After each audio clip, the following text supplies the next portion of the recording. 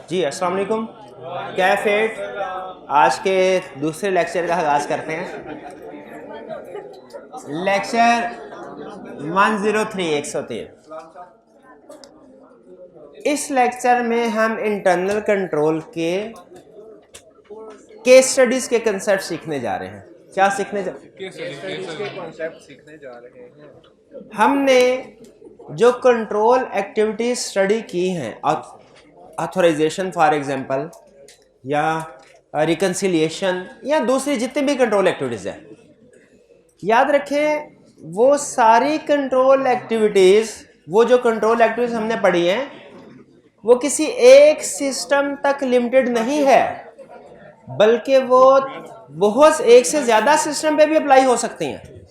जैसे रिकन्सिलिएशन है, वो आपको पता है कैश एंड बैंक सिस्टम में भी आ सकती है रिकन्सिलिएशन, वो हमारे डेटर्स के सेल सिस्टम में भी आ सकती है कि रिकन्सिलिएशन बननी चाहिए इंडिविजुअल डेटर्स और कंट्रोल अकाउंट की। वो परचेज सिस्टम में भी आ सकती है कि क्रेडिटर्स कंट्रोल अकाउंट की और परचेज लेजर की रिकन्सिलिएशन होनी चाहिए।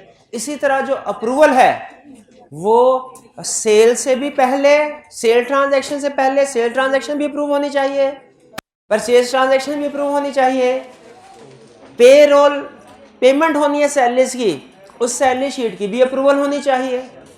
तो जो case study point of view से सबसे अहम कंसेप्ट आपको बताने जा रहा हूं वो ये कि कंट्रोल्स वही होंगे, सेम कंट्रोल एक से ज्यादा सिस्टम पे अप्लाई हो सकते हैं।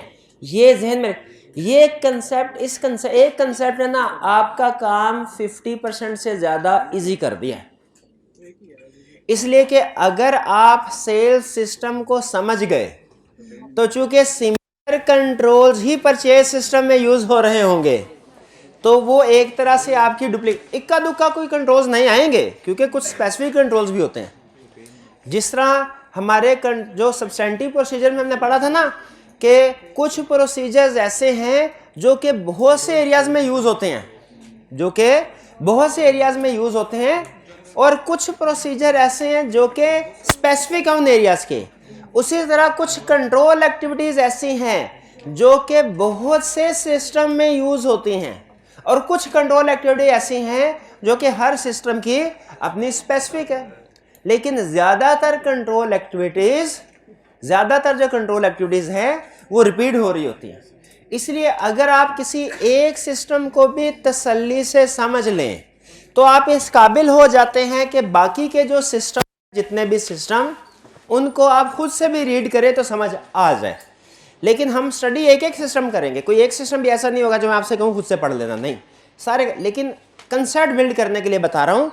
एक सिस्टम को भी आपने अच्छे तरीके से अंडरस्टैंड कर लिया तो आपको पता चल जाएगा सिस्टम किस तरीके से काम करते हैं, कौन कौन सी एक्टिविटीज कैसे परफॉर्म होती हैं। तो खास तौर पे जो पहला सिस्टम है ये गौर से सुनना है आपने, खास तौर पे पहला सिस्टम, ठीक। देखिए मेन कंसेप्ट, एक ऑर्गेनाइजेशन के बहुत से सिस्टम हैं।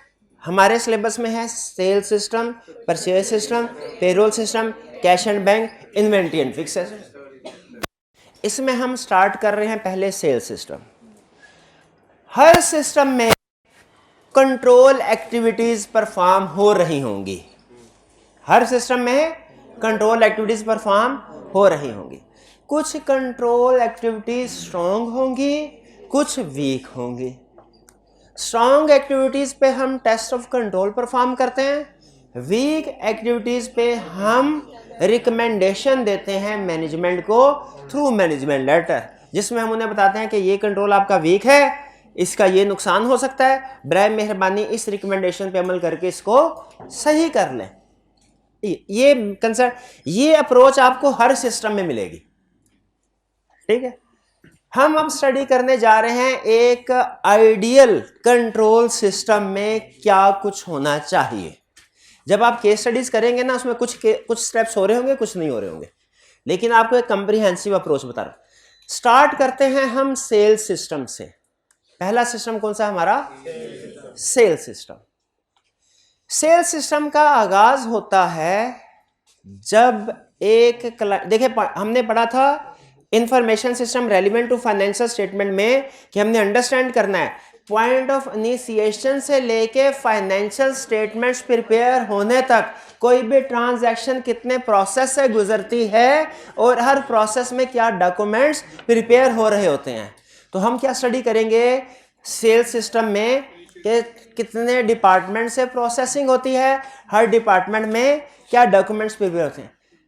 स्टार्ट होता है, इनिशिएशन होती है जब भी कोई कस्टमर हमारे सेल्स ऑर्डर डिपार्टमेंट में आता। बल्कि सबसे पहला कंसेप्ट, सबसे पहला सेग्रीगेशन ऑफ ड्यूटीज को सामने रखते हुए हमने सेल्स का सारा काम स्टार्ट से लेके एंड एक बंदे को या एक डिपार्टमेंट को नहीं दिया होता, डिवाइड किया होता है। एक होता है हमारा सेल्स ऑर्डर डिपार्टमेंट, फिर होता है डिस्पैच डिपार्टमेंट, फिर होता है इनवाइसिंग या बिलिंग डिपार्टमेंट, और फिर होता है जीएल या अकाउंट्स डिपार्टमेंट। तो अगर आप देखें तो हमने सेल्स सिस्टम की जितनी भी एक्टिविटीज़ हैं, सेल्स सिस्टम की जितने भी एक्टिविटीज़ हैं, ये बोर्ड का लेफ्ट वाला हिस्सा सिर्फ ये सेल्स है, उधर परचेज है, ये सेल्स है। सेल्स सिस्टम की जितनी भी एक्टिविटीज़ हैं उन्हें 4 डिपार्टमेंट्स में क्लासीफाई किया है। कौन कौन? सेल्स ऑर्डर डिपार्टमेंट, फिर डिस्पैच डिपार्टमेंट, इनवाइसिंग या बिलिंग डिपार्टमेंट, जीएल या अकाउंट्स डिपार्टमेंट। मुझे बताइए सारे काम एक ही बंदे को क्यों नहीं दे दिए? Segregation duties. शाबाश, पहली चीज ये। तो पहली चीज आपने ध्यान में रखनी है, अगर किसी जगह पे वो कहे ना कि 2 एक्टिविटीज एक ही बंदा कर रहा है, आपने कहना सेग्रीगेशन ड्यूटीज नहीं ठीक। अच्छा, शुरू कहां से होता है? कस्टमर हमारे पास आता है सेल्स ऑर्डर डिपार्टमेंट में और आके कहता है सर बराए मेहरबानी मुझे क्रेडिट सेल कर दे। देखिए अगर तो कैश सेल्स है ना, फिर तो मसला कोई नहीं है, फिर तो उसी वक्त उसे सेल करके फारिग कर दिया। लेकिन कॉर्पोरेट लेवल पे more than 90% sales credit sales होती हैं। तो क्रेडिट सेल जो सेल्स ऑर्डर डिपार्टमेंट है उसका काम क्या होता है? सेल्स ऑर्डर एग्री करना क्लाइंट के साथ, ये सेल्स एग्रीमेंट को कहते हैं। जो आपने लॉ में एग्रीमेंट पढ़ा ना, वो मर्केंटाइल लॉ में कि एग्रीमेंट होता है सेल परचेज का, ये वो एग्रीमेंट है। सेल्स ऑर्डर हमारे पॉइंट ऑफ व्यू से वो सेल्स ऑर्डर है, कस्टमर के पॉइंट ऑफ व्यू से वो परचेज ऑर्डर है। Sales order, sales order department सब जब उसके पास कस्टमर आता है वो पहले देखता है कि नया कस्टमर है कि पुराना कस्टमर है। अगर नया कस्टमर होना तो फिर वो उसे एक और डिपार्टमेंट के पास भेज देता है जिसे कहते हैं क्रेडिट डिपार्टमेंट। क्रेडिट डिपार्टमेंट का काम ये होता है कि नया कस्टमर है उसकी क्रेडिट इन्वेस्टिगेशन करे और उसको एक क्रेडिट लिमिट सेट कर दे। क्या सेट कर दे? कि इसको इस लिमिट तक उधार माल बेच सकते हैं।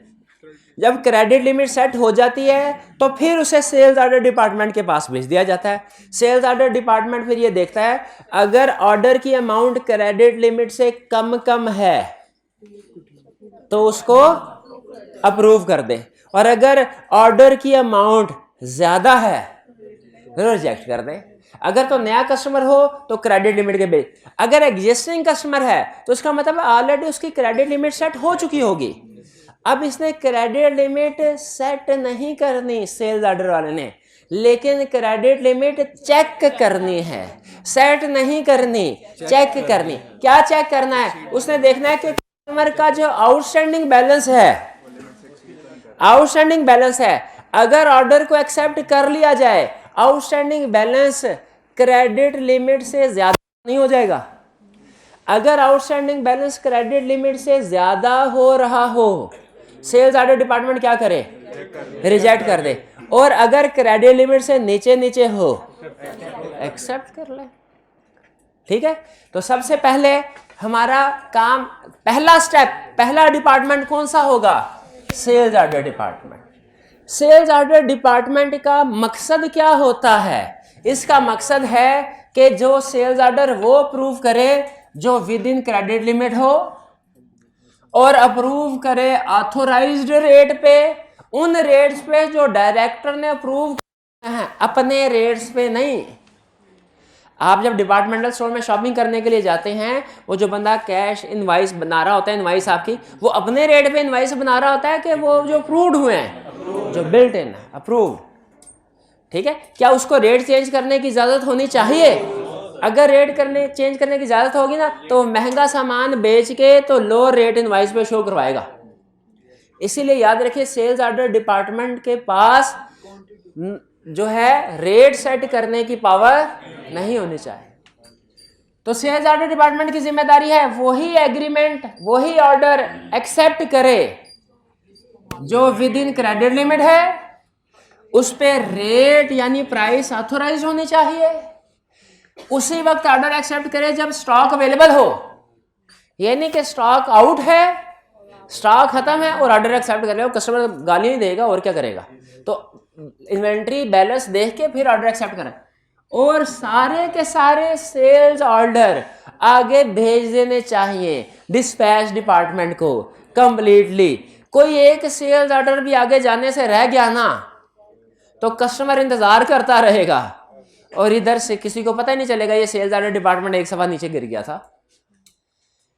ये सेल्स ऑर्डर डिपार्टमेंट के मकसद हैं, ऑब्जेक्टिव हैं। सेल्स ऑर्डर डिपार्टमेंट में कंट्रोल के क्या ऑब्जेक्टिव हैं?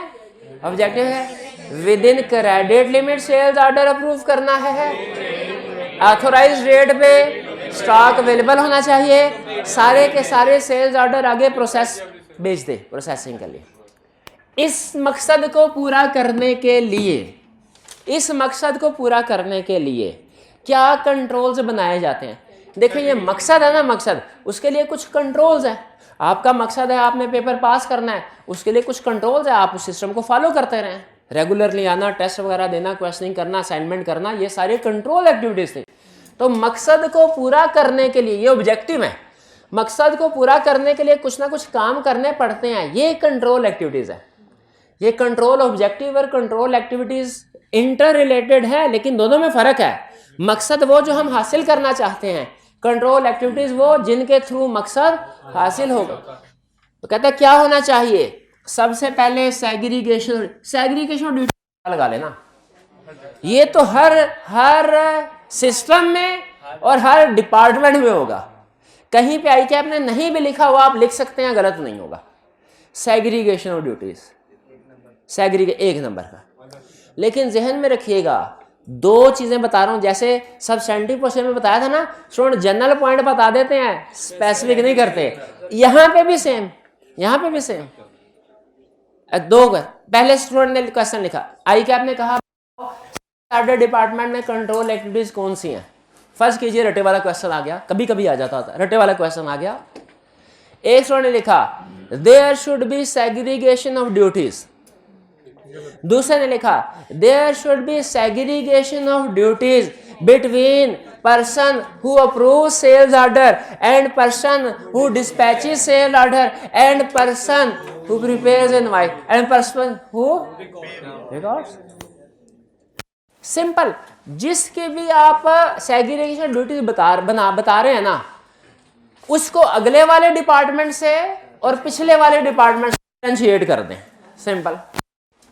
जैसे टेक्निकली जो इसकी असल 100% करेक्ट होगी ना डिस्क्रिप्शन, वो ये होगी there should be segregation of duty between person who dispatches sales order, person who prepare sales order and person who approves credit limit.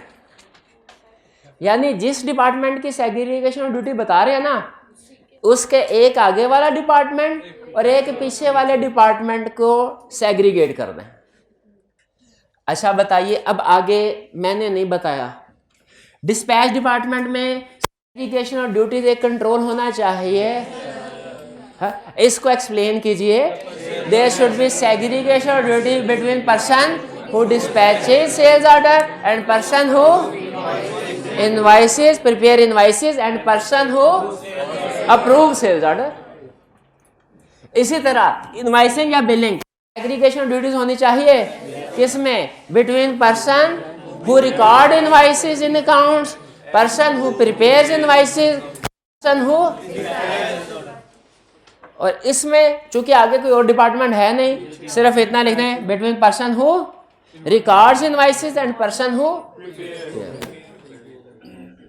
Clear? तो इसी तरह ये तो है, बातों से बात निकली तो मैंने आपको बता दिया। पहला control activity sales order department में सेग्रीगेशन ड्यूटीज होनी चाहिए। एग्री करते हैं? आगे सेल्स ऑर्डर डिपार्टमेंट को क्रेडिट लिमिट सेट करनी चाहिए, सॉरी क्रेडिट लिमिट सेट भी होनी चाहिए, चेक भी होनी चाहिए। लेकिन ये जो क्रेडिट लिमिट सेट होंगी ये क्रेडिट डिपार्टमेंट करेगा। एक केस स्टडी में उसने कहा था कि सेल्स ऑर्डर डिपार्टमेंट वाले खुद ही क्रेडिट लिमिट सेट कर रहे हैं। जो भी कस्टमर आता है तो उसने आंसर में उसने कहा ये वीकनेस है और इसकी रीजन बताई। उसने कहा ये तो सेल्स ऑर्डर डिपार्टमेंट की असल में परफॉर्मेंस एवेल्युएट होती है कि कितनी सेल की इन्होंने, एग्रीमेंट कितने। उसने कहा ये तो हर एरे गैरे नथु हैरे को क्रेडिट सेल अप्रूव करता रहेगा, खुद ही उसकी लिमिट सेट करेगा। इसकी लिमिट क्या भाई सामान खरीद लो, नहीं चाहिए। ये बंदे का नहीं चाहिए। मैंने कहा मेरी परफॉर्मेंस अप्रेजल का सवाल है, खरीद लो सामान। उसने कहा नहीं चाहिए। मैंने कहा पैसे ना मत देना, पैसे कोई नहीं मांग रहा, पैसे ना देना। उसने कहा क्रेडिट तो फिर, लेकिन मेरी इन्वेस्टिगेशन होगी तो फिर तो वो कहेंगे मेरे पास पैसा कोई नहीं, पता चल जाएगा।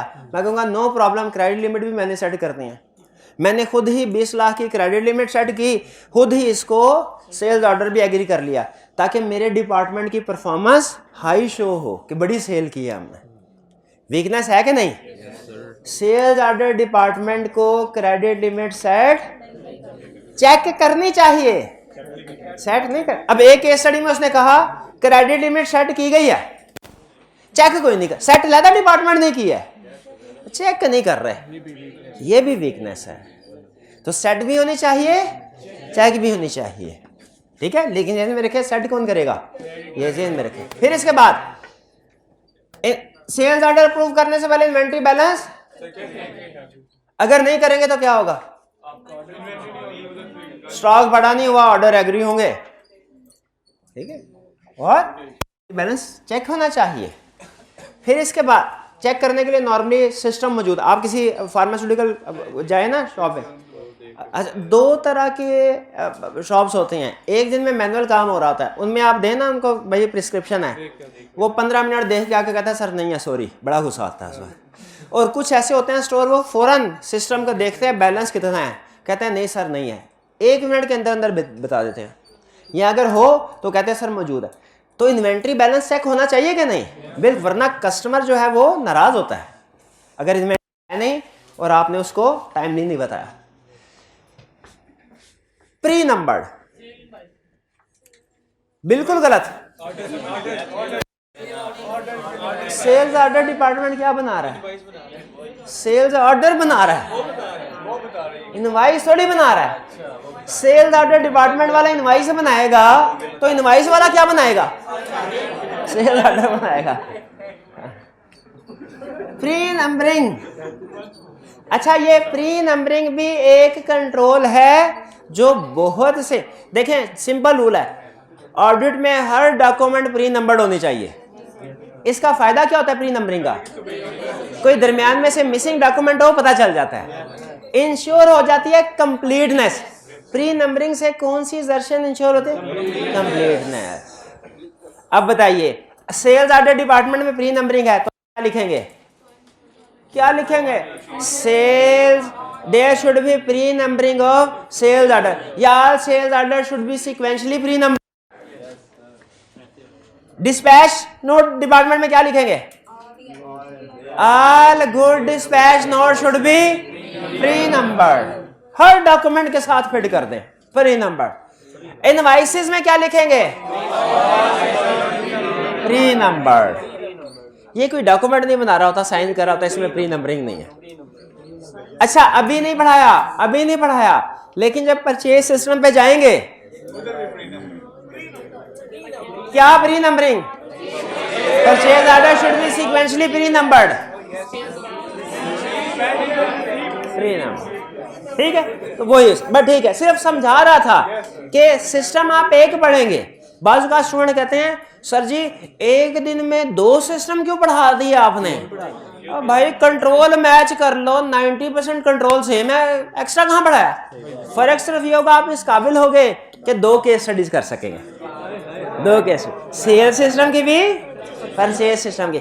घर जाके मैच कर लीजिएगा कि वो कौन सा कंट्रोल है जो परचेज में है सेल्स में नहीं, सेल्स में है परचेज में नहीं, मैच कर लीजिएगा।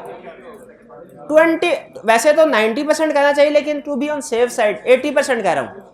80% तक अगर ना मैच हुए कंट्रोल सेल और परचेज के तो मुझे बता दीजिएगा।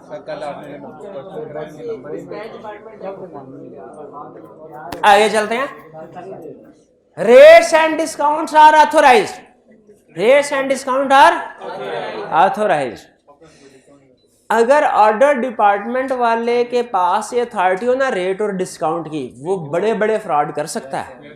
जिस तरह इसके पास क्रेडिट लिमिट सेट करने की अथॉरिटी नहीं ना होनी चाहिए, उसी तरह इसके पास रेट्स और डिस्काउंट की भी अथॉरिटी नहीं होनी चाहिए। अब फर्ज कीजिए मैं कॉलेज में एडमिशन ऑफिस में बैठा हूँ, स्टूडेंट आता है मेरे पास, मैं एडमिशन देता हूँ उनको, और एक ऑप्शन यह है प्रिंसिपल साहब ने फीस फाइनल की हो और कहा हो कि भाईजान ये फीस फाइनल है, डिस्काउंट भी है, स्टैंडर्डाइज्ड है, इस बेसिस के ऊपर ये डिस्काउंट है, ये डॉक्यूमेंट जमा करवानी है, इस बेस के ऊपर ये डिस्काउंट है, ये अगर कोई स्टूडेंट कहे मजीद तो खुद मेरे पास भेजो इसको। एक कंट्रोल पॉइंट ऑफ व्यू से ये सिस्टम ज्यादा बेहतर है। दूसरा क्या है कि हम एडमिशन ऑफिसर कह दे भाई बच्चा आए ना जाने ना पाए, घेर लेना उसको किसी भी रेट में। मैं कहा फिक्र मैं कहा सर फिर भी बता दे कितना, कहना देखो बताना उसको है 25,000, लेकिन अगर बच्चा ना दे सके तो 10,000 पे भी बुक कर देना, बताना उसको 25,000, फिर कहना डिस्काउंट करके 20,000 है। अच्छा अब सुनिए मैं क्या करूंगा, उधर बैठा बच्चा आया। अच्छा याद रखिएगा कस्टमर हर तरह का होता है। कोई कस्टमर ऐसा होता है जो प्राइस भी नहीं पूछता, कहता है एडमिशन दीजिए मुझे या ये चीज कर लेकिन कुछ ऐसे भी होते हैं जो कहते हैं सर जी बस मर गए हम, कुछ खाने को नहीं है। कुछ घर वाले जो है वो बड़े मेरे सेवादार, मैं घर वालों सेवादार, पैसे नहीं भेज रहे, पहले सीएमए 4 साल हैं और मैं और उनके कपड़े देखें, उनके जूते देखें और उनका मोबाइल देखें तो एविडेंस इनकंसिस्टेंट होता है। लेकिन बहरहाल भाईजान आए, कहा एडमिशन चाहिए, मैं कहा 25,000 है, डिस्काउंट करके 20,000, नहीं सर कुछ डिस्काउंट करे 18,000, कहा ठीक है सर, थोड़ा सा और टाइम लगेगा आपकी इन हरकतों की वजह से, आपकी इन हरकतों की वजह से क्लास का टाइम ऑटोमेटिकली एक्सटेंड हो रहा है, कोई बात नहीं। इन्होंने कहा 18,000, मैंने कहा मसला ही कोई नहीं, कितने सब्जेक्ट में एडमिशन है? 3, 18 दिया 56, ये 56,000 देने। मैंने कहा ठहर जाओ, अगर आप कहें आपका एडमिशन 12,000 में ना कर दूं, मैंने कहा ठीक है सर कर। मैंने कहा लेकिन जो बचेगा वो आधा आधा राधा, जो भी बचेगा वो आधा आधा। मैंने कहा ठीक है, मैंने कहा ठीक है। फिर इसके बाद अब क्या किया मैंने, अब देखें हर पेपर पे 6,000 की बचत हुई, अब 18,000, 9,000 मैंने रख लिया, 9,000 इन्होंने रख लिया। ये फ्रॉड सिर्फ उस वक्त होगा जब सेल्स ऑर्डर टीम के पास ये अथॉरिटी होगी कि वो रेट या डिस्काउंट को चेंज कर सके। इसीलिए audit point of control point of view से रेट्स और डिस्काउंट ऑथोराइज्ड ही होने चाहिए। सेल्स ऑर्डर डिपार्टमेंट को अथॉरिटी नहीं होनी चाहिए वो चेंज करे। केस स्टडी में एक कंसेप्ट याद रखिएगा, जहन में चलते ना फौरी तौर पे, बाजू का जहन में नहीं आता। सेल्स ऑर्डर डिपार्टमेंट समझ आ गया? नहीं मुझे नहीं लगता। 2-3 सवालों के जवाब दीजिए, 3-4। पहला क्वेश्चन, सेल्स ऑर्डर डिपार्टमेंट का स्टार्ट कहां से हुआ? एक्टिविटीज की बात, जब ये इनिशिएट हुआ डिपार्टमेंट जब कस्टमर आया, कस्टमर ने आके ऑर्डर दिया। एंड क्या हुआ? इस कस्टमर के साथ जब सेल्स ऑर्डर साइन करके फाइनल कर लिया, उसकी एक कॉपी कस्टमर को दे दी, एक अपने पास रख ली और एक कॉपी अगले डिपार्टमेंट को भेज दी। अगले सारे डिपार्टमेंट को कॉपी जाती है। सेल्स ऑर्डर की कॉपी डिस्पैच को भी जाएगी, इनवॉइसिंग वाले को भी, अकाउंट्स वाले को भी। अगला क्वेश्चन मेरा, सबसे अहम डॉक्यूमेंट इस डिपार्टमेंट में क्या जनरेट होता है? Sales order. अच्छा, अगर आप ये इंश्योर करना चाहते हैं कि सेल्स ऑर्डर डिपार्टमेंट का काम सही हो, उसमें एरर या फ्रॉड ना हो, तो आप क्या सजेस्ट करते हैं? उसमें क्या क्या कंट्रोल एक्टिविटीज होनी चाहिए? सेग्रीगेशन ऑफ ड्यूटीज होनी चाहिए, क्रेडिट लिमिट सेट होनी चाहिए बाय इंडिपेंडेंट डिपार्टमेंट, ये चेक करें, डॉक्यूमेंट्स प्री नंबर होने चाहिए, इन्वेंट्री बैलेंस चेक होना चाहिए, रेट्स ऑथोराइज होने। भाई क्लियर हो गया? चलिए, अच्छा आगे चलते हैं। Next department dispatch. Dispatch department का काम, डिस्पैच डिपार्टमेंट का मकसद क्या होता है? मकसद नो मिशन, किस चीज की मिशन नहीं होनी, कोई भी सेल्स ऑर्डर डिस्पैच होने से रह ना जाए। नो मतलब एक सेल्स ऑर्डर 2 दफा डिस्पैच ना हो जाए।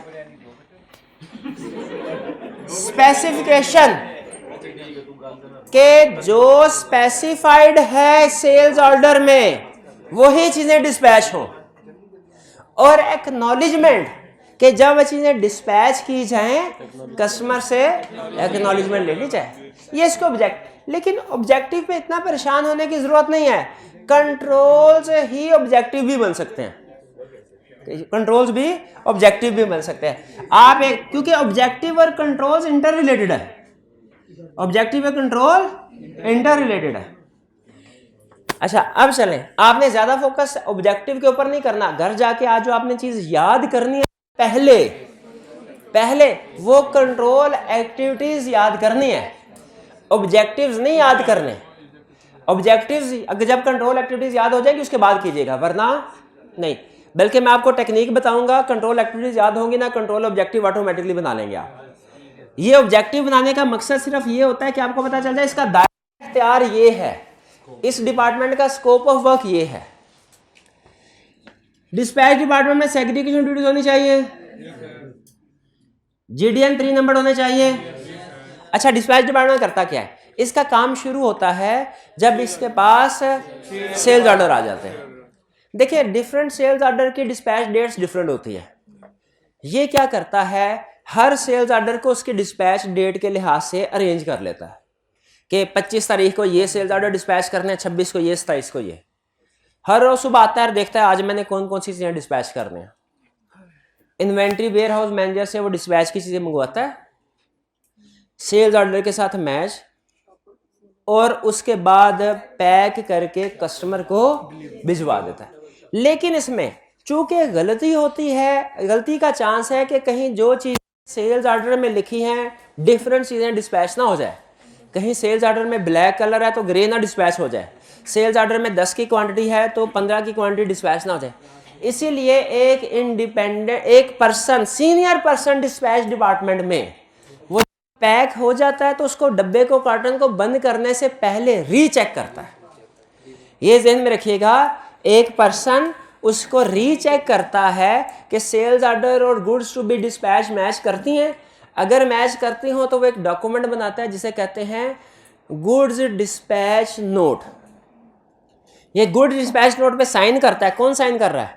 कौन बना रहा है? जो चेकिंग कर रहा है। और फिर इसे चीजों को भी और गुड्स डिस्पैच नोट इसको भी कस्टमर को सेंड कर देता है। लेकिन जो शिपर होता है ना, शिपर जैसे कोरियर वाले, उनको कहता है कि जब आप ये शिप में वाले करें दूसरे लोगों के उसके, तो उसे सिग्नेचर, एक्नॉलेजमेंट कि उसने रिसीव कर लिया। एक्नॉलेज किस चीज की? एक्नॉलेजमेंट रिसीव कर लिया, ताकि वो बाद में मुकर ना जाए। रिसीव कर लिया। फिर इसके बाद ये जो गुड डिस्पैच नोट की कॉपी होती है, एक अपने पास रखता है, एक इसने कस्टमर को भिजवा दी हुई है, और एक एक कॉपी अगले सारे डिपार्टमेंट को भिजवा देता है। नेक्स्ट डिपार्टमेंट है, पिछले को नहीं, अगले डिपार्टमेंट्स को। इसके बाद नेक्स्ट डिपार्टमेंट है इनवाइसिंग या बिलिंग। लेकिन यहां पे रुक के मुझे बताइए, जरा क्विक रिवीजन कर लेते हैं।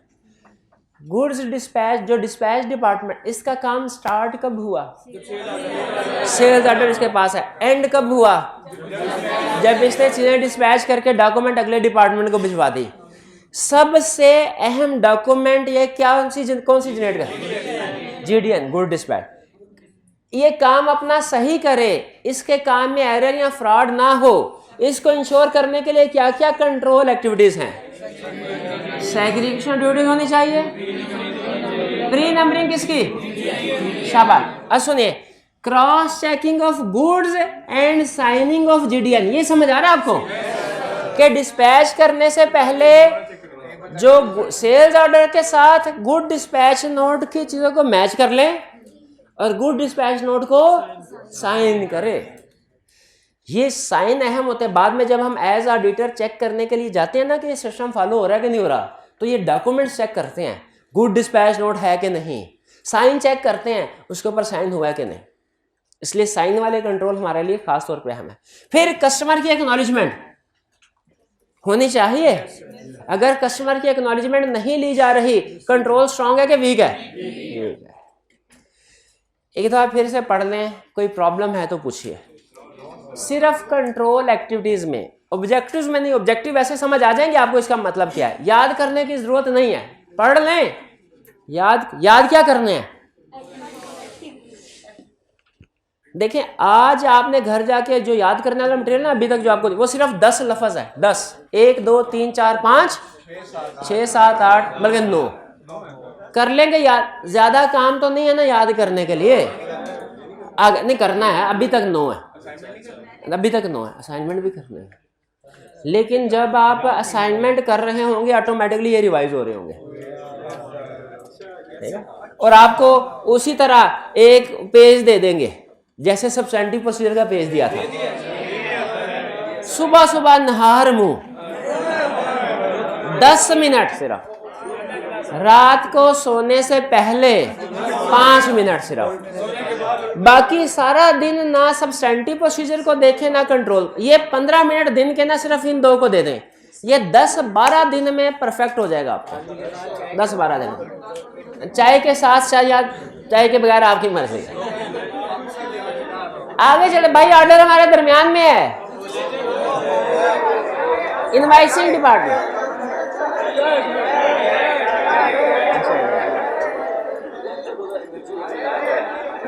भाई वो अभी चाय इन प्रोसेस है, मैंने पूछा है, वो अभी गाय मान नहीं रही। पता नहीं क्या मसला है, मैंने सुबह से उन्हें कहा हुआ है। चले आगे जा। नहीं आप बेफिक्र रहें, जब तक आपको चाय नहीं पिलाएंगे आपको भेजेंगे नहीं इंशाल्लाह।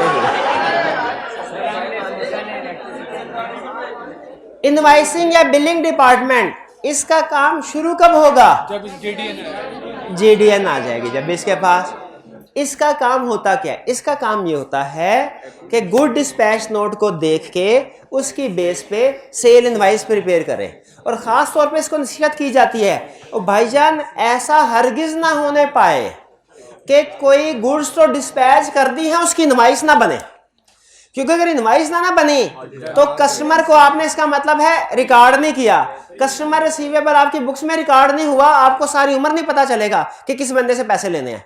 और कस्टमर इतना शरीफ शायद ही हो जो आपको खुद आके बता दे कि सर मैंने आपके पैसे देने हैं, ठीक है। तो इसीलिए इस डिपार्टमेंट में खास तौर पे प्री नंबरिंग का कंट्रोल सबसे ज्यादा अहम है। इस डिपार्टमेंट में प्री नंबरिंग का कंट्रोल क्यों सबसे ज्यादा अहम है? कि सिक्वेंशली प्री नंबर्ड होंगे, इधर सिक्वेंशली प्री नंबर्ड होंगे गुड डिस्पैच नोट, इधर सिक्वेंशली प्री नंबर्ड होंगी सेल इनवाइसेस, और पता चल जाएगा कि कौन सी गुड डिस्पैच नोट का इनवाइस हो गई है, कौन सी गुड डिस्पैच नोट की इनवाइस नहीं हुई। आगे चलते हैं। तो इसका मकसद क्या है? पहला कंप्लीटनेस का मतलब क्या है? सारे के सारे गुड्स डिस्पैच की इनवाइस बननी चाहिए। दूसरा एक्यूरेसी, इनवाइस सही बननी चाहिए। तीसरा जो रिटर्न सेल्स रिटर्न है, हाँ सेल्स रिटर्न, ऐसा ना हो कस्टमर साथ वाली दुकान से सामान खरीदे और हमें वापस करने के लिए आ जाए, तो ऐसे रिटर्न ऑथोराइज होनी चाहिए। सेल्स रिटर्न, यहाँ पे रिटर्न से मुराद सेल्स रिटर्न है। जब परचेज में जाएंगे तो उससे मुराद क्या होगी? सेग्रीगेशन ऑफ ड्यूटीज होनी चाहिए, प्री नंबरिंग होनी चाहिए। किसकी? इनवाइस ना बोले, इनवाइस को परचेज इनवाइस भी हो सकती है। एग्जाम में प्रोसीजर लिखते हुए जितना स्पेसिफिक हो उतना बेहतर है। सेल इनवॉइस प्रिपेयर करनी है तो अगर आप चाहते हैं कि अगर आप चाहते हैं कि सारी की सारी गुड डिस्पैच नोट की इनवॉइसेस प्रिपेयर हो तो सीक्वेंशली प्री नंबरिंग कर लें, उससे मिसिंग चीजों का पता चल जाएगा। अगर आप चाहते हैं कि सही सेल इनवॉइस प्रिपेयर हो तो सेल इनवॉइस दो काम करें। पहला काम, सेल इनवॉइस प्रिपेयर करें सेल्स ऑर्डर और गुड डिस्पैच नोट की बेस पे। अब जिसको ये सेंटेंस समझ आ गया ना उसको सेल्स ऑर्डर समझ आ गया कि सेल्स इनवॉइस प्रिपेयर होनी चाहिए on the basis of sales order and good dispatch note. क्योंकि जिसको सिस्टम नहीं समझ आया ना उसको यही नहीं पता होगा सेल्स ऑर्डर में, गुड डिस्पैच नोट में और सेल इनवॉइस में फर्क क्या है। लेकिन अब आपको पता है, क्योंकि दुनिया की कोई भी सेल इनवॉइस हो ना उस पर दो चीजें कम से कम जरूर होती हैं, एक क्वांटिटी, एक रेट। क्वांटिटी कहां से उठानी है सेल इनवॉइस में? सेल्स ऑर्डर से, गुड डिस्पैच नोट से। असल में बाज औकात सेल्स ऑर्डर ना इंस्टॉलमेंट्स में भी डिलीवर होता है। तो आपने 100 का ऑर्डर बुक किया, 60 की डिलीवरी दे दी, तो गुड डिस्पैच नोट कितने की बनेगी? 60। तो इनवॉइस कितने की बननी चाहिए? तो बताइए, इनवॉइस, क्वांटिटी, गुड डिस्पैच, और रेट कहां से उठाना है? Sales order. और एक इंडिपेंडेंट पर्सन इसको फिर रीचेक कर ले। आप एक चीज नोट कीजिएगा, कभी कभार ऐसा होता है टेलीकॉम सेट जैज वाले इनकी सर्विसेज सस्पेंड हो जाती है, कोई इनमें फॉल्ट आ जाता है। आप देखेंगे इनकी ऑपरेशनल सर्विसेज, जो ऑपरेशनल सिस्टम है ना, वो हो सकता है बैठ जाए, नॉर्मली नहीं बैठता। बैंकिंग सिस्टम में भी हो सकता है उनकी सर्विसेज कुछ सस्पेंड, इनके बाकी के सिस्टम तो बैठ सकते हैं, एक सिस्टम को ये नहीं बैठने देते, बिलिंग सिस्टम को। जैसे ही आप, ऐसा तो हो सकता है किसी को कॉल मिलाए ना तो आगे से जवाब आए मोबाइल बंद है या आउट ऑफ रीच या इस तरह, लेकिन ऐसा कभी नहीं होगा कॉल मिली, कॉल बंद हुई और पैसे ना कटे। ठीक है, वो बिलिंग सिस्टम उन्होंने पैकेज में जैसे ही एक्टिवेट करवाएंगे फौरी पैसे कटेंगे, पैसे इकट्ठे कर जाते हैं। बिलिंग सिस्टम स्ट्रांग रखा होता है, इसीलिए इसमें रीचेकिंग जरूर होनी चाहिए। एक तो ये कि आपने सेल इनवॉइस प्रिपेयर करते हुए जीडीएन सेल्स ऑर्डर को यूज करना है। दूसरा, sale invoice should be rechecked by independent person. Purchase invoice में ये बात नहीं आएगी, परचेज इनवॉइस, लेकिन सेल इनवॉइस क्रिटिकल है, रिसीव एसेट है ना, रीचेक। और आईटी कंट्रोल्स होने चाहिए। आईटी कंट्रोल्स तब होते हैं जब आईटी सिस्टम यूज कर रहे हो। यहां पे मुझे लिखना चाहिए था if IT system is used. अगर आईटी सिस्टम यूज हो रहा है ना तो उसमें भी ये काम होते हैं, लेकिन उसके लिए फिर आईटी कंट्रोल होते हैं। प्री नंबरिंग होने, अच्छा, जब सेल्स रिटर्न होगी तो क्या होगा? डेबिट नोट के क्रेडिट नोट क्या इशू होता है? क्रेडिट नोट ऑथोराइज्ड और प्री नंबर होने चाहिए। ठीक है, मुझे एक चीज का जवाब दीजिए, क्रेडिट नोट ऑथोराइज्ड होना चाहिए? क्योंकि कोई अप्रूव करेगा फिर ही सेल रिटर्न की एंट्री डालनी है ना, हर बंदे से सेल। इसकी प्री नंबरिंग भी होनी चाहिए, प्री नंबरिंग भी होनी चाहिए। मुझे बताइए, ये दोनों कंट्रोल, प्री नंबरिंग और ऑथोराइजेशन, इनवाइसिंग या बिलिंग डिपार्टमेंट को क्यों दिया?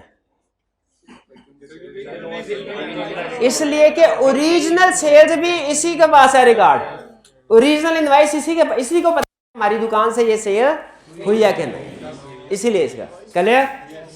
आगे चलते हैं। जीएल या अकाउंट्स डिपार्टमेंट,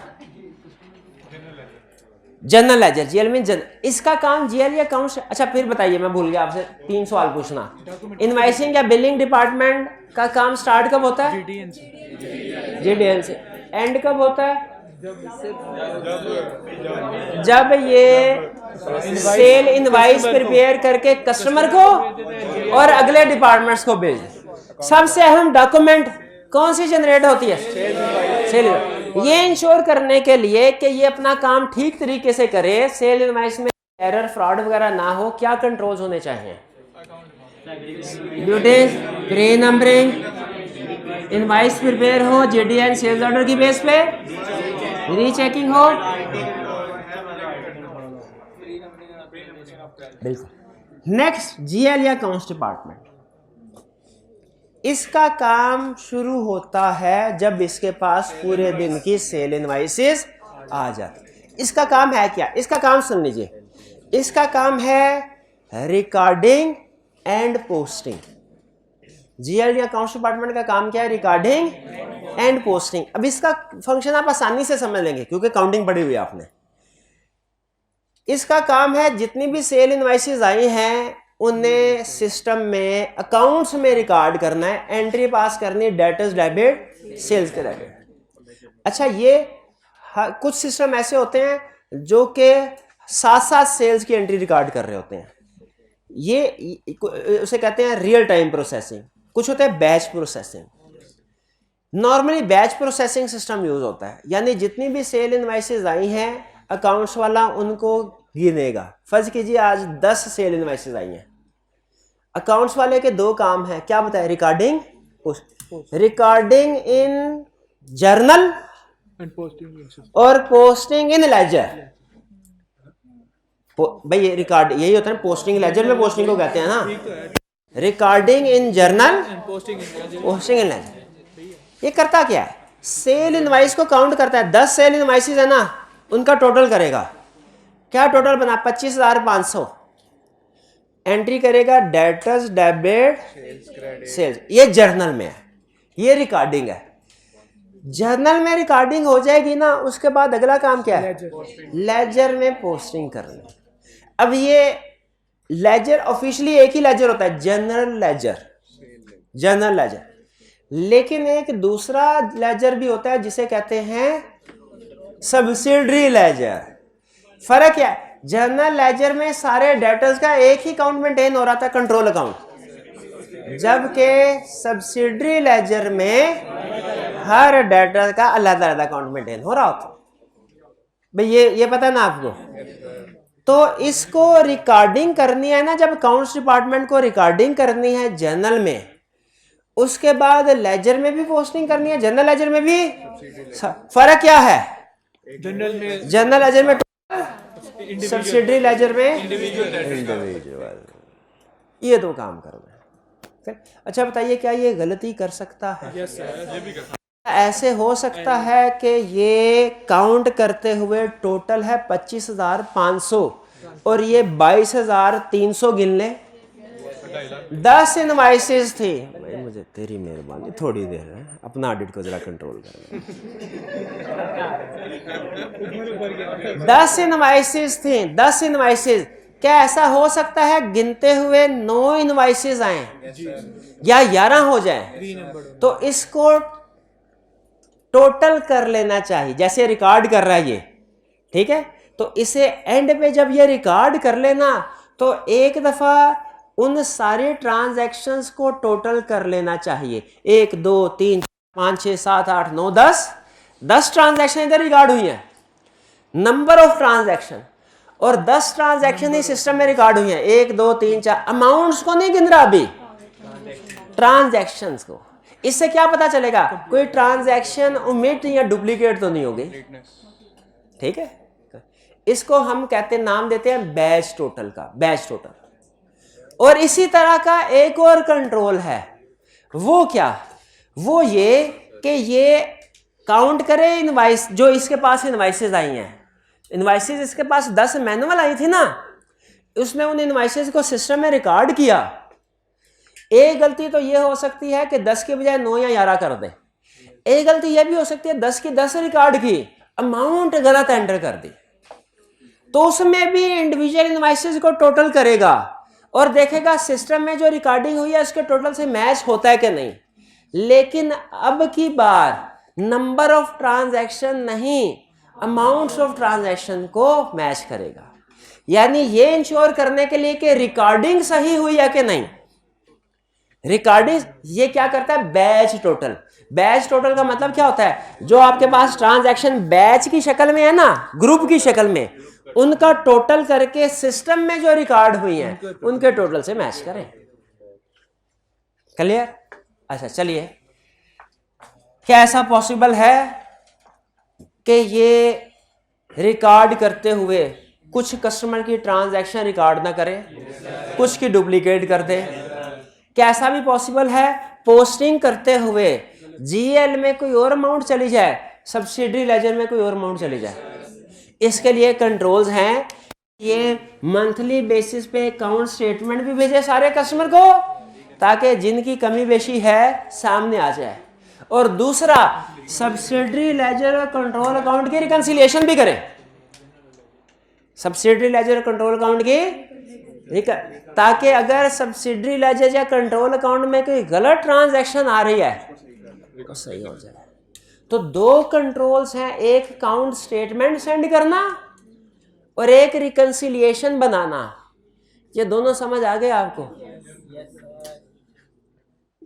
और फिर जो पुराने डेटर्स हैं उनकी एजिंग करना, सॉरी सारे डेटर्स की एजिंग करना, और जो पुराने वाले डेटर्स हैं इनको राइट ऑफ करना। कुछ समझ आएगा? अकाउंट स्टेटमेंट सेंड करनी चाहिए, रिकंसिलिएशन बननी चाहिए, किसकी किसके साथ?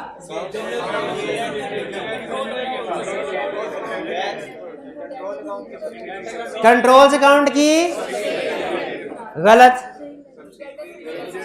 हाँ अब लाइन पे आए हैं। डेटर्स कंट्रोल अकाउंट की सेल्स लेजर के साथ रिकंसिलिएशन बननी चाहिए।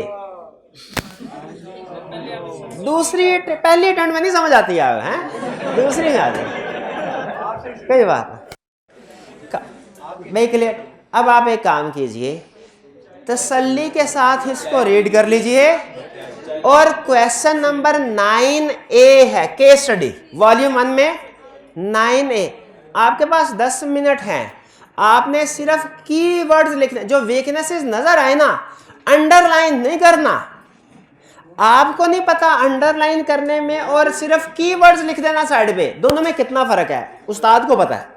आपने केस स्टडी को पढ़ना है, इसकी रिक्वायरमेंट को पढ़ना है पहले, फिर जो भी रिक्वायरमेंट है वो भाई चाय वाला भी, आह केस स्टडी का मजा आ गया, वाह बड़े बेहतरीन टाइम पे आया, शाबाश शाबाश शाबाश। ये हाँ ये केस स्टडी हो तो ऐसी हो चाय के साथ।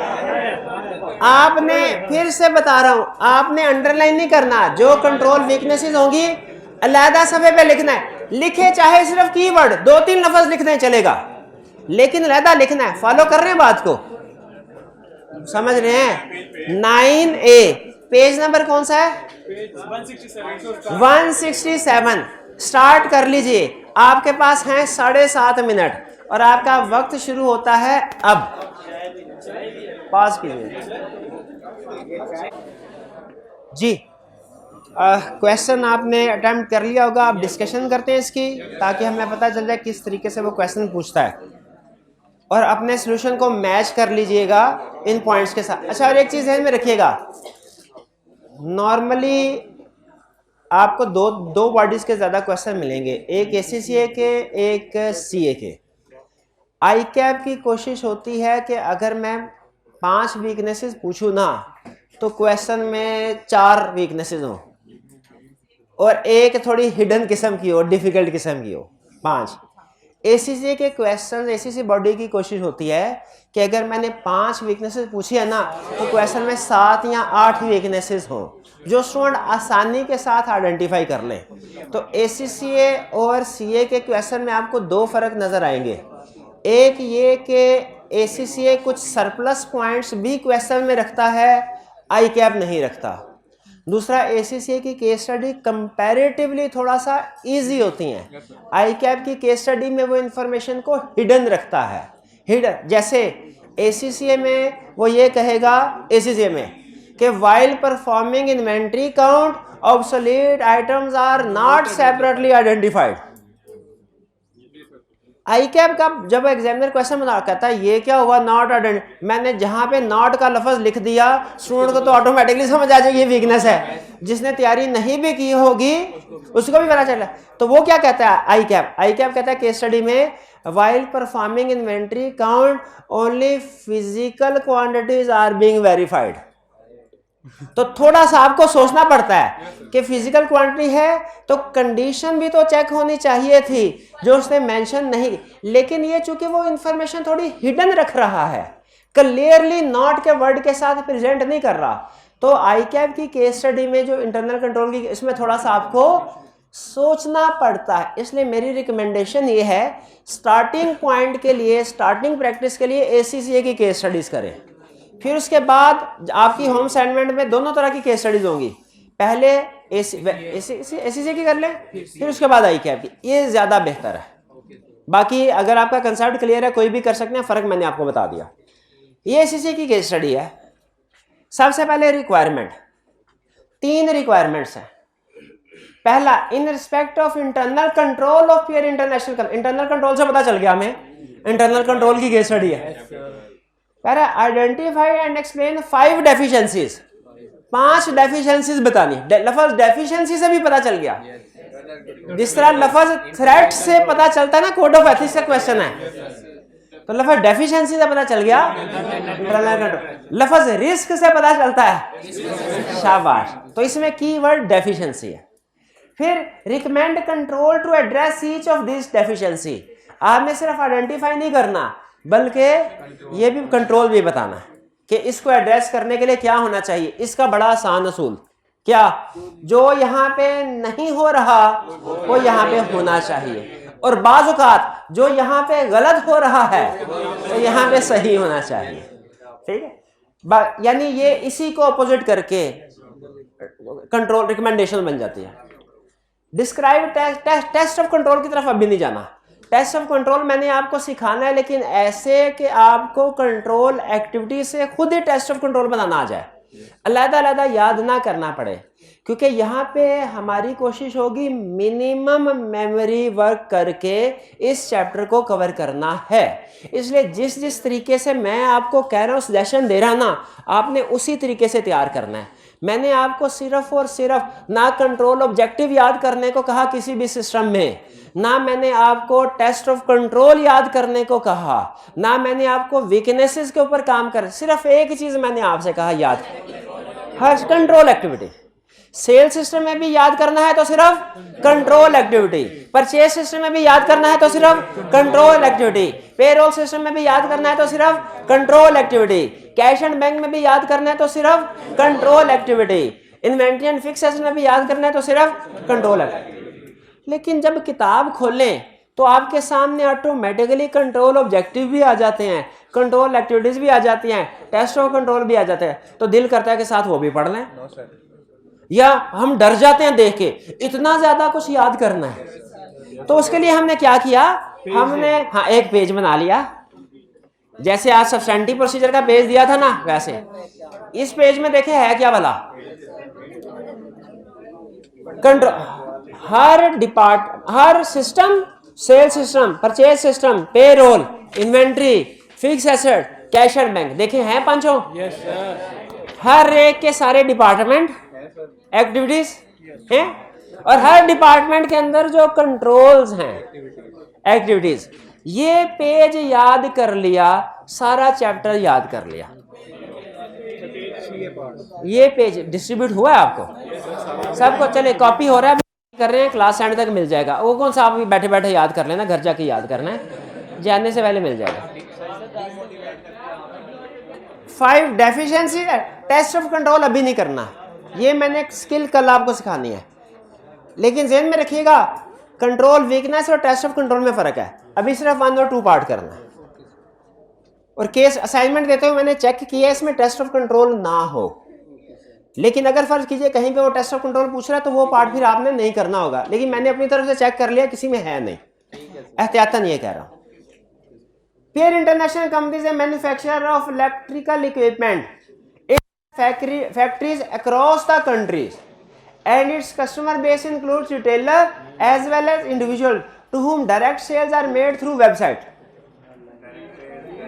Factories across the country, इसकी वजह से रिस्क तो सेस हो सकता था, डिफरेंट प्लेसेस में इन्वेंट्री है, लेकिन रिस्क पूछ ही नहीं रहा, वो तो सिस्टम पूछ रहा है, वीकनेस पूछ रहा है, रिस्क नहीं पूछ रहा, हाँ सिस्टम पूछ रहा है, वीकनेस से पूछा सिस्टम की।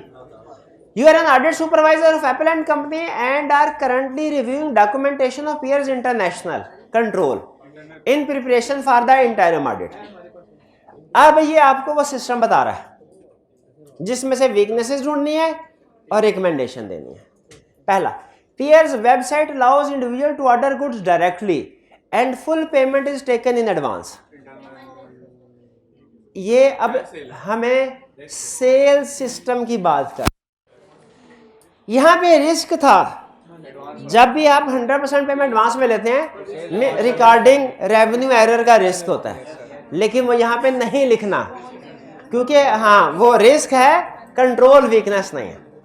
हमने कंट्रोल वीकनेस आइडेंटिफाई कर।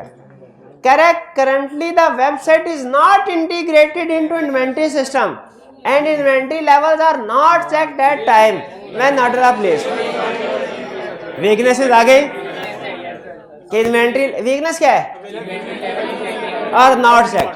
अच्छा, अब यहाँ पे रिकमेंडेशन देनी है, दो ऑप्शन है आपके पास।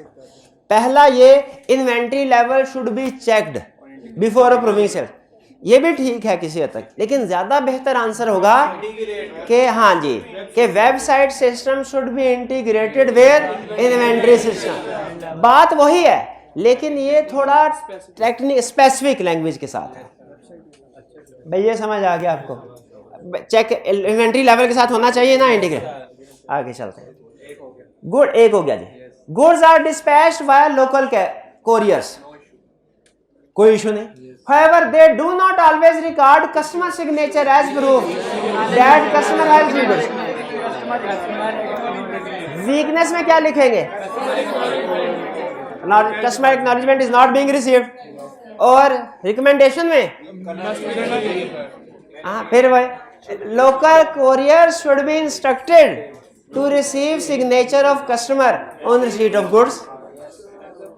दो हो गए भाई, समझ आ रही है? मुश्किल तो नहीं थी। आगे चलते हैं। Over the past 12 months, there have been customer complaints about delays between sales order and receipt of goods. Peer has investigated, आगे इसको कंटिन्यू कर रहा है। Peer has investigated these and found that in each case the sales order had been entered into the sales system correctly, but was not forwarded to the dispatch department for fulfilling. हमने study किया था ना, जो हर department को अपनी documents daily basis पे forward करनी चाहिए, तो इसका मतलब ये हुआ कि सेल्स ऑर्डर जो है वो उसको आगे डिस्पैच नहीं कर रहा। तो क्या होना चाहिए? डेली बेसिस के ऊपर डिस्पैच डिपार्टमेंट को फॉरवर्ड करें। अच्छा हाँ, तीन हो गए। ये भी वीकनेस है। एक और वीकनेस बताने लगा हूं, आपने बताना दोनों में ज्यादा स्वेयर को। एक तो उसने ये बताया सेल्स ऑर्डर टाइमली बेसिस पे डिस्पैच को नहीं भेजे जा रहे। दूसरा, goods dispatch note timely basis पे अकाउंट्स डिपार्टमेंट को नहीं भेजी जा रही। ये क्योंकि इसका मतलब है गुड्स डिस्पैच कर दी, अब इनवॉइस आपकी बाद में बने, माल आपने पहले भेज दिया, इनवॉइस या पैसे आपके 10, 15, 20 दिन बाद रिकॉर्ड हो रहे हैं, तो आपका फाइनेंसिंग प्रॉब्लम हो सकती है इस वजह से। ये ज्यादा प्रॉब्लम कि एसेट बेच चुके हैं आप और अभी उसका बिल आपने जनरेट ही नहीं किया। बहरहाल दो। नेक्स्ट, तीन हो गए। चले। Peer's retail customers undergo credit checks prior to being accepted and credit limits are set according. अच्छा ये by sales ledger clerk, ये इंडिपेंडेंट क्रेडिट आर्ट डिपार्टमेंट होना चाहिए। इंडिपेंडेंट, ये हाँ आखिरी लफ्ज ने मेरा गढ़ कर दिया। ये सेल्स ऑर्डर डिपार्टमेंट की बजाय क्रेडिट का होना चाहिए। अच्छा, क्वेश्चन में एक और एंगल से भी उसने वीकनेस आइडेंटिफाई की है कि क्लर्क लेवल के बंदे को ये लिमिट ये डायरेक्टर लेवल को सेंड करनी चाहिए। तो आप दोनों में से किसी भी के मुताबिक एक्सप्लेन कर दें, वो ठीक है। These customer place their orders through one of the sales team who decide on sale discount level. ये भी गलत है। अच्छा, ये दोनों सेम है कि अलग है? ये क्रेडिट लिमिट से रिलेट कर रहा है, ये प्राइस एंड डिस्काउंट से रिलेट कर रहा है। As a result of staff changes in the purchase, आपको पता है वो एक्स्ट्रा भी रखता है normally. As a result of staff changes in the purchase ledger department, supplier statement reconciliation are no longer performed. अच्छा, अब खुद वीकनेस है, रिकमेंडेशन क्या होगी? अच्छा, अब खुद सोचें कि ज्यादातर वीकनेसेस नॉट के लफ्ज से आपने आइडेंटिफाई कर ली कि जो काम नहीं हो रहा। आई कैब कहता है नहीं भाई मैं ऐसे चेक नहीं करूंगा, सिस्टम यही होगा लेकिन मैं इंफॉर्मेशन इस तरीके से प्रेजेंट करूंगा उसमें नॉट का लफ्ज नहीं आएगा। स्टूडेंट को नॉट के लफ्ज की हेल्प नहीं देनी मैंने, चैलेंजिंग बना रहा है ना, ये ज़हन में रखिएगा। हाँ लेवल बिल्कुल नहीं, मुझे वैसे पर्सनली पढ़ने के लिए ना, जो मेरा तजर्बा है पढ़ने के लिए ACCA का स्टडी मटेरियल ICAP के स्टडी मटेरियल से बहुत अच्छा है, लेकिन प्रैक्टिस करने के लिए ICAP के स्टडी मटेरियल का कोई जोड़ नहीं है, कोई जोड़ नहीं है। ICAP जैसे अच्छे क्वेश्चन बनाता है ना, कम से कम मैंने जितना 2-4 बॉडीज को देखा है वो इसके लेवल के नहीं। ICAP का क्वेश्चन बहुत अच्छा होता है। आपने वादा किया था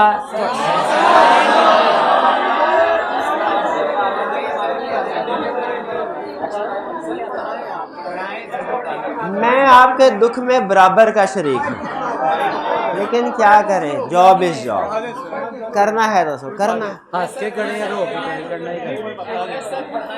आप अच्छा एक मिनट है रे, आप नोट करते जाएं कितनी चीजें डिफरेंट हैं, डिफरेंट है। सिर्फ आपको यूं समझ लीजिए आपकी रिवीजन होने वाली है, अभी तो पढ़ा रिवीजन होने वाली, अभी पढ़ा अभी रिवीजन 20 मिनट 5:30 तक आप फ्री होंगे इंशाल्लाह। शोर मचाएंगे तो टाइम मजीद बढ़ सकता है।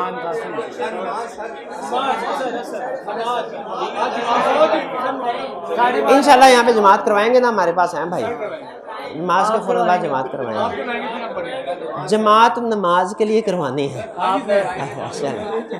सुन लें स्टार्ट करें जी। Yes sir.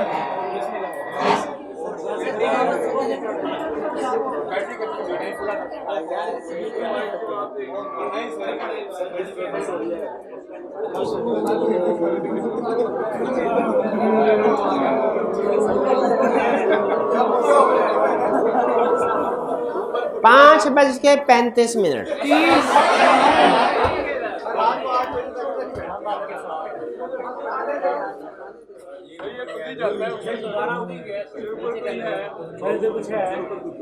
स्टडी करने जा रहे हैं परचेज सिस्टम। परचेज सिस्टम में हम स्टडी करते हैं कि किसी भी ऑर्गेनाइजेशन की परचेजेस कैसे रिकॉर्ड होंगी। परचेज सिस्टम स्टार्ट होता है जब हमारी ऑर्गेनाइजेशन में किसी भी डिपार्टमेंट को चीज़ों की ज़रूरत पड़ती है, तो वो एक मटीरियल रिक्विजिशन, परचेज रिक्विजिशन नहीं, मटीरियल रिक्विजिशन फॉरवर्ड करता है इन्वेंट्री डिपार्टमेंट को। इन्वेंट्री वाले के पास सारा सामान मौजूद होता है, अगर तो उसके स्टॉक में इन्वेंट्री मौजूद हो वो फौरी तौर पे भेजे, अगर इन्वेंट्री मौजूद नहीं है उसे कहेगा वेट करो मैं परचेज रिक्विजिशन भेज रहा हूँ। इन्वेंट्री डिपार्टमेंट में ज़रूरी है कि उस डिपार्टमेंट में मिनिमम लेवल और मैक्सिमम लेवल मेंटेन हो रहे हों। जब इन्वेंट्री ख़त्म हो जाए या इवन मिनिमम लेवल को भी टच कर जाए तो इन्वेंट्री वाला परचेज रिक्विजिशन सेंड करता है परचेज ऑर्डर डिपार्टमेंट को। ये जहन में रखिएगा, ऑर्गेनाइजेशन में हर एक को ये अथॉरिटी नहीं है कि जो जब चाहे जो सामान चाहिए खरीद ले, बल्कि जिसको भी सामान चाहिए होता है वो इन्वेंट्री डिपार्टमेंट रुजू करता है, और अगर वो सामान खत्म हो जाए तो इन्वेंट्री डिपार्टमेंट परचेज रिक्विजिशन देता है परचेज ऑर्डर डिपार्टमेंट को। तो यहाँ पे हमारा परचेज सिस्टम एक्टिवेट हो जाता है, स्टार्ट होता है परचेज। सेग्रीगेशन ऑफ ड्यूटीज के कंसेप्ट को सामने रखते हुए किसी भी एक डिपार्टमेंट या एक पर्सन के पास अथॉरिटी नहीं होती कि वो सारी परचेज के ट्रांजैक्शन को खुद हैंडल करे, बल्कि इसे 4 डिपार्टमेंट में क्लासीफाई किया जाता है कम से कम। एक ऑर्डर डिपार्टमेंट, दूसरा रिसीविंग डिपार्टमेंट, तीसरा इनवाइसिंग या बिलिंग डिपार्टमेंट, चौथा GL या अकाउंट्स डिपार्टमेंट। ऑर्डर डिपार्टमेंट का काम क्या होता है कि परचेज ऑर्डर सप्लायर के साथ एग्री करना। रिसीविंग डिपार्टमेंट का काम क्या होता है कि जो परचेज ऑर्डर एग्री हुआ है उसके मुताबिक चीज़ों को रिसीव करना। इनवाइसिंग या बिलिंग डिपार्टमेंट वाले का काम क्या होता है कि जो परचेज इनवाइसेस हैं या सप्लायर ने जो इनवाइसेस भेजी हैं, या तो खुद से परचेज इनवाइस बना ले या सप्लायर की भिजवाई हुई सप्लायर इनवाइस को रीचेक करे कि वो ठीक है कि नहीं। और फिर अकाउंट्स डिपार्टमेंट को भिजवा दें। अकाउंट्स डिपार्टमेंट वाले का काम होता है कि उसने वो जो परचेज इनवाइसेस हैं सारी की सारी जर्नल में रिकॉर्ड करनी है और जर्नल से लेजर में पोस्ट करनी है। ये बना दिए 4 डिपार्टमेंट हमने, उसके बेसिक फंक्शन भी बता दिए। अब देखते हैं order department. Order purchase order department का मकसद क्या होता है कि जितनी भी परचेजेस हो वो ऑथोराइज्ड हो, हर बंदा अपनी मर्जी से परचेज ना कर रहा हो, सेंट्रल परचेज डिपार्टमेंट की तरफ से अथॉरिटी हो परचेज करने की, उसी की अथॉरिटी हो। दूसरा, अप्रूव्ड सप्लायर को परचेज ऑर्डर इशू करना है, अरे गारे को नहीं भेजना कि कोई भी गंदा माल हमें सप्लाई कर दे। ट्रस्टेड सप्लायर्स की लिस्ट बनाई गई होती है, अप्रूव्ड सप्लायर की लिस्ट, क्या सामान इसी से खरीदना है। और ये अप्रूव्ड सप्लायर की लिस्ट ऐसा भी नहीं है कि 10 साल 5 साल पहले बनी हुई है और वही चल रही है, ये ईयरली बेसिस पे अपडेट होती है, क्योंकि मार्केट में नए अच्छे सप्लायर्स भी आते रहते हैं और बाज़ औक़ात पुराने सप्लायर्स की रेपुटेशन भी डाउन चली जाती है कंप्लेंट्स आने की वजह से। तो ये ऑर्डर डिपार्टमेंट का मकसद है ऑथोराइज परचेज हो, अप्रूव्ड सप्लायर से परचेज करनी है और मिनिमम रेट्स के। इनका असूल सिर्फ ये नहीं होता मिनिमम रेट, इनका असूल होता है good quality at minimum rate, good quality at minimum rate. तो गुड क्वालिटी ये इंश्योर करते हैं अप्रूव्ड सप्लायर से, और फिर मिनिमम। अगर केस स्टडी में आपको कह देगा ना कि अल्टरनेट सप्लायर जो कि लोअर रेट पे चीज सप्लाई कर रहा था, तो आपने कहना है चेक करना चाहिए इसकी क्वालिटी कहीं डाउन तो नहीं है, क्योंकि जब रेट कम होते हैं तो साथ ही क्वालिटी भी डाउन होने का खतरा होता है। कंट्रोल स्टडी करें। अभी आपकी रिवीजन भी है एक तरह से। देखिए डिपार्टमेंट वही, डिपार्टमेंट में फर्क तो नहीं है, सिर्फ एक छोटा सा फर्क है। क्या वहां पे डिस्पैच डिपार्टमेंट था, यहाँ पे एसएमई डिपार्टमेंट। आगे चलते हैं। सेग्रीगेशन ड्यूटीज होनी चाहिए किसकी किसके साथ, between person who maintains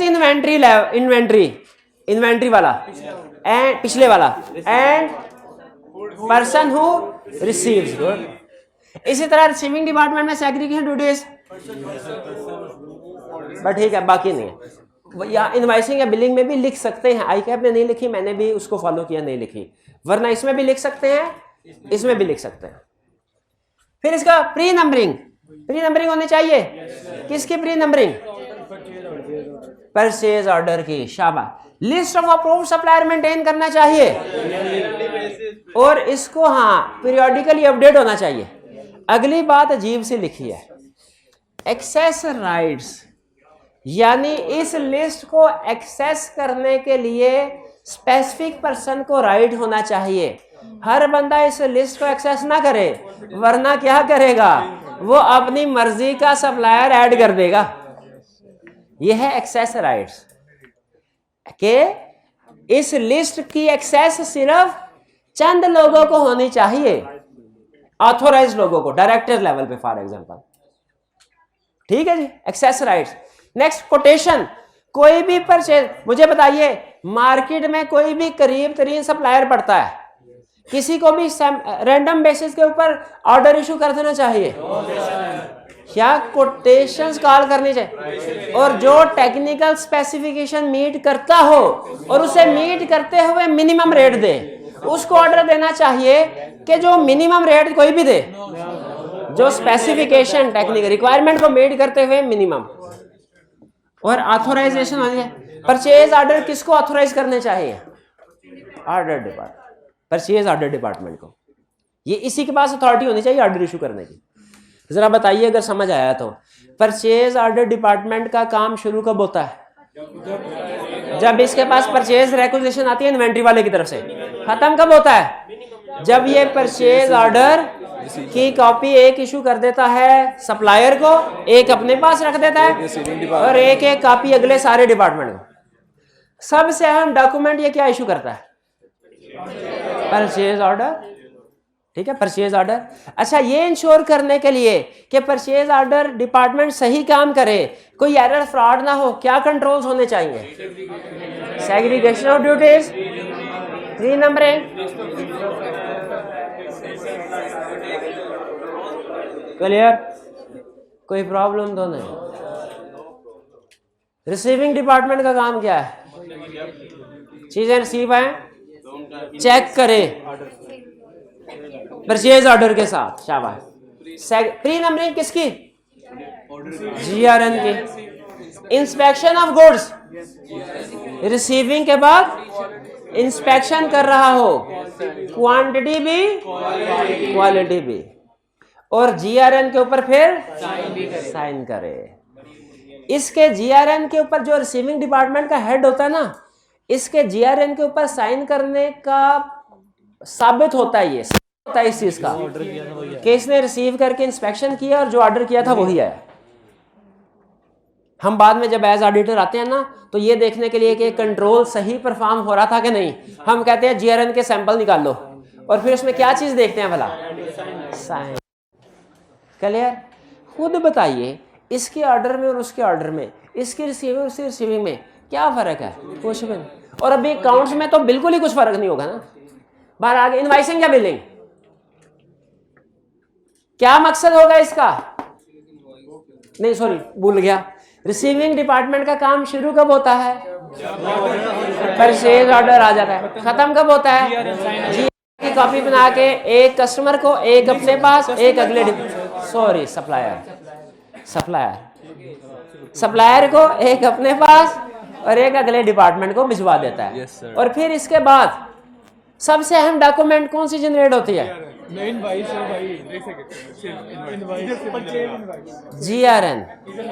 GRN होगी। और वो कंट्रोल एक्टिविटीज क्या है? इंश्योर करने के लिए कि काम सही करे। ड्यूटी नंबरिंग, इनवाइसिंग डिपार्टमेंट, इसके पास एक तो आता है परचेज ऑर्डर, यहां से आया जीआरएन। इसके पास दो, यहां पे थोड़ा सा फर्क है, इसके पास दो ऑप्शन होती हैं। पहली ऑप्शन तो ये कि चूंकि इसके पास परचेज ऑर्डर भी आ चुका है, जीआरएन भी आ चुका है, ये खुद से परचेज इनवाइस प्रिपेयर कर ले, लेकिन ये ऐसा नहीं करता। इसकी कोशिश क्यों? हाँ, ये सप्लायर की इनवाइस का वेट करता है कि मैं खुद प्रिपेयर ना करूं, सप्लायर जब इनवाइस भेजे उसको चेक करूं और वो सही हो तो वो आगे भेजूं। इसके पीछे मकसद ये नहीं होता कि ये काम नहीं करना चाहिए, ये फाइनेंसिंग स्ट्रेटजी है। फाइनेंसिंग स्ट्रेटजी जरा गौर से सुनिएगा। फाइनेंसिंग स्ट्रेटजी क्या है? कंपनीज की कोशिश होती है पैसे रिसीव करने हो ना तो जल्द से जल्द रिसीव हो, और पे करने हो तो लेट हो। सेल इनवाइस ये फौरन रिकॉर्ड कर लेते हैं खुद ही बना के, क्यों? रिसीव करना है ना, जितनी जल्दी रिकॉर्ड होगा उतनी जल्दी रिसीव होगा। परचेज इनवाइस जब परचेज करते हैं इसको फौरी रिकॉर्ड नहीं करते, कहते हैं जितना डिले हो जाए उतना बेहतर है। जब सप्लायर अगर इनवाइस ही नहीं, ये इनका पॉइंट ऑफ व्यू है, सप्लायर ने इनवाइस ही नहीं रेज की, उसने अभी पेमेंट डिमांड ही नहीं की, तो हम क्यों पेमेंट कर दें फटाफट? तो ये इंतजार कर। इसी वजह से हमारे ऑडिट में एक अहम कंसेप्ट क्रिएट होता है पेंडिंग जीआरएन का। पेंडिंग जीआरएन यही चीज है कि वो जीआरएन, वो चीजें जो रिसीव हो चुकी हैं लेकिन अभी रिकॉर्ड नहीं हुई। रिकॉर्ड क्यों नहीं हुई? इसकी सप्लायर इनवाइस नहीं आई। तो ये ज़हन में रखिएगा, पेंडिंग जीआरएन। अच्छा, अब लेकिन उधर सप्लायर भी बड़ा होशियार होता है, उसे पता होता है कि मेरी इनवाइस का इंतजार हो रहा है। ये इनवाइस अक्सर साथ बना के लाता है, लेकिन कुछ बाद में भी भेजते हैं। जब इनवाइस इनके पास आ जाएगी, जब इनवाइस इनके पास, ये क्या करेंगे? उस इनवाइस को चेक करेंगे ठीक है कि नहीं। कैसे? क्वांटिटी कंपेयर करेंगे जीआरएन के साथ, रेट और डिस्काउंट कंपेयर करेंगे, ठीक है। जिस तरह उधर क्रेडिट नोट था उधर भी pre numbered and authorised credit note था, डेबिट नोट। क्लियर? अब बताइए, इनवाइसिंग डिपार्टमेंट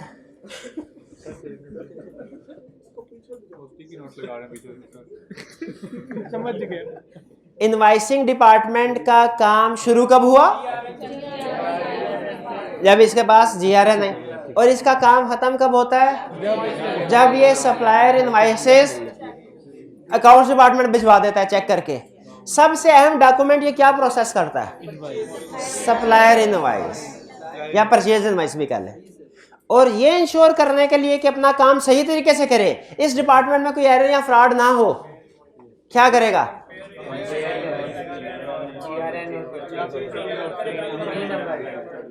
अच्छा अब सुनिए, अब मैं अगला डिपार्टमेंट आपको समझाना नहीं चाह रहा बल्कि क्वेश्चन पूछना चाह रहा हूं।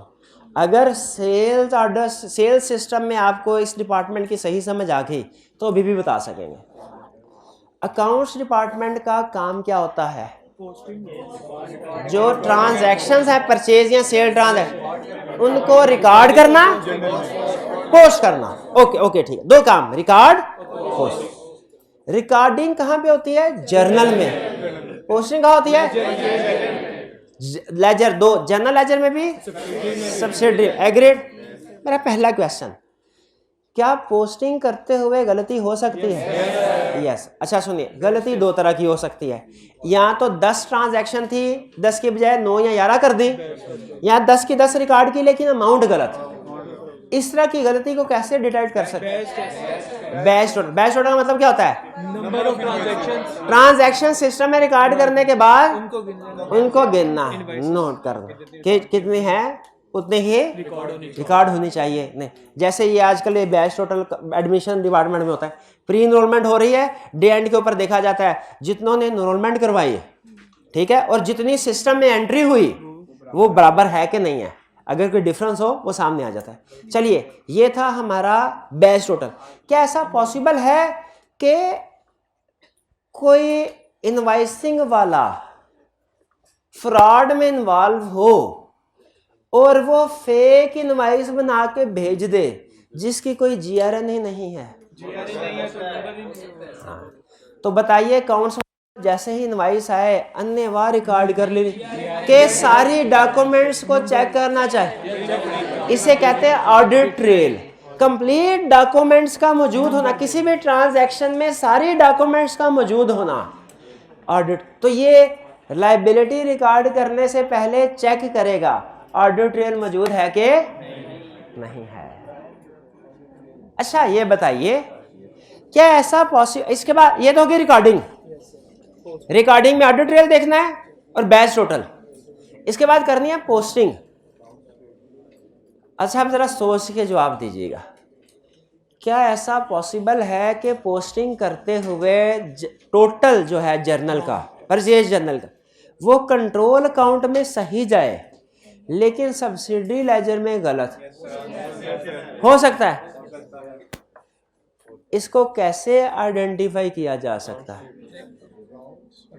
एक तो अकाउंट स्टेटमेंट सेंड कर दें कस्टमर को, जिसका फर्क होगा वो बता देगा, और किसके साथ? कंट्रोल अकाउंट की सब्सिडी लेजर के साथ। तो ये इसके एक्टिविटीज है। अब आप खुद कंपेयर कर लीजिए, ये आपका सेल सिस्टम है, ये आपका परचेज सिस्टम है, खुद देखते हैं दोनों में कितना फर्क है। फर्क। तो इसी तरह परचेज का भी क्वेश्चन कर लें। अच्छा चले, कल की क्लास में करें, ठीक है ठीक है। सिस्टम सारा मैंने आपको बता दिया। क्या वो गलतियां बता दूं जो स्टूडेंट अक्सर इस चैप्टर में करते हैं?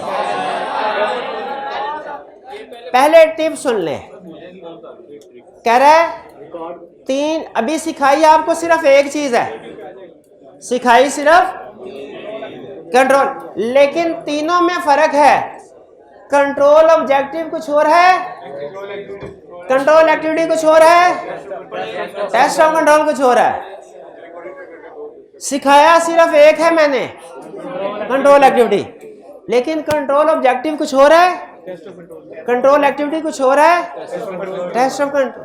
और मोस्ट डेडली मिस्टेक्स, सुन ले, कुछ भी हो जाए कम से कम ये गलतियां आपने नहीं करनी। सारे सिस्टम याद नहीं हो रहे, सारे डिपार्टमेंट याद नहीं हो रहे, 100% नहीं, कोई बात नहीं, कम कर लें वो चलेगा, लेकिन हाँ करने हैं। लेकिन most misunderstanding between control activity and test of control. मैंने इधर बताया आपको कंट्रोल एक्टिविटी और टेस्ट ऑफ कंट्रोल में फर्क है। कोई स्टूडेंट बता सकता है क्या फर्क है? पढ़ा है नहीं तो बता, क्या पता है? कंट्रोल एक्टिविटी, शाबाश, कंट्रोल एक्टिविटी मैनेजमेंट कर रही है। सुने ना, फिर एग्जामिनर क्वेश्चन होता है क्या कहता है? एग्जामिनर में उसने कहा होता है कंट्रोल एक्टिविटीज बताइए, स्टूडेंट लिखता है ऑडिटर शुड डू दिस, वो कहता है ऑडिटर कहाँ। अच्छा, आगे सारी बात ठीक लिखी होती है, लेकिन सिर्फ ऑडिटर और मैनेजमेंट का लफ्ज से वो क्वेश्चन गलत कर देता है, क्योंकि ऑडिटर कंट्रोल एक्टिविटी का जिम्मेदार नहीं है। छोटी सी गलती है जो शायद आप कभी नोट भी ना करते इतना अहमियत के साथ। तो पहला क्या, control activity test of control को, और दूसरा मिसक्लासिफिकेशन बिटवीन डिफरेंट डिपार्टमेंट्स। क्या मतलब? वो पूछता है ऑर्डर डिपार्टमेंट के कंट्रोल, रिसीविंग डिपार्टमेंट के, वो कहता है रिसीविंग के, तो डिस्पैच के बता देते हैं। कुछ समझ आए? चलें ठीक है। नहीं नहीं, बस अब आपकी भी बस हो गई और मेरी भी बस हो गई। नहीं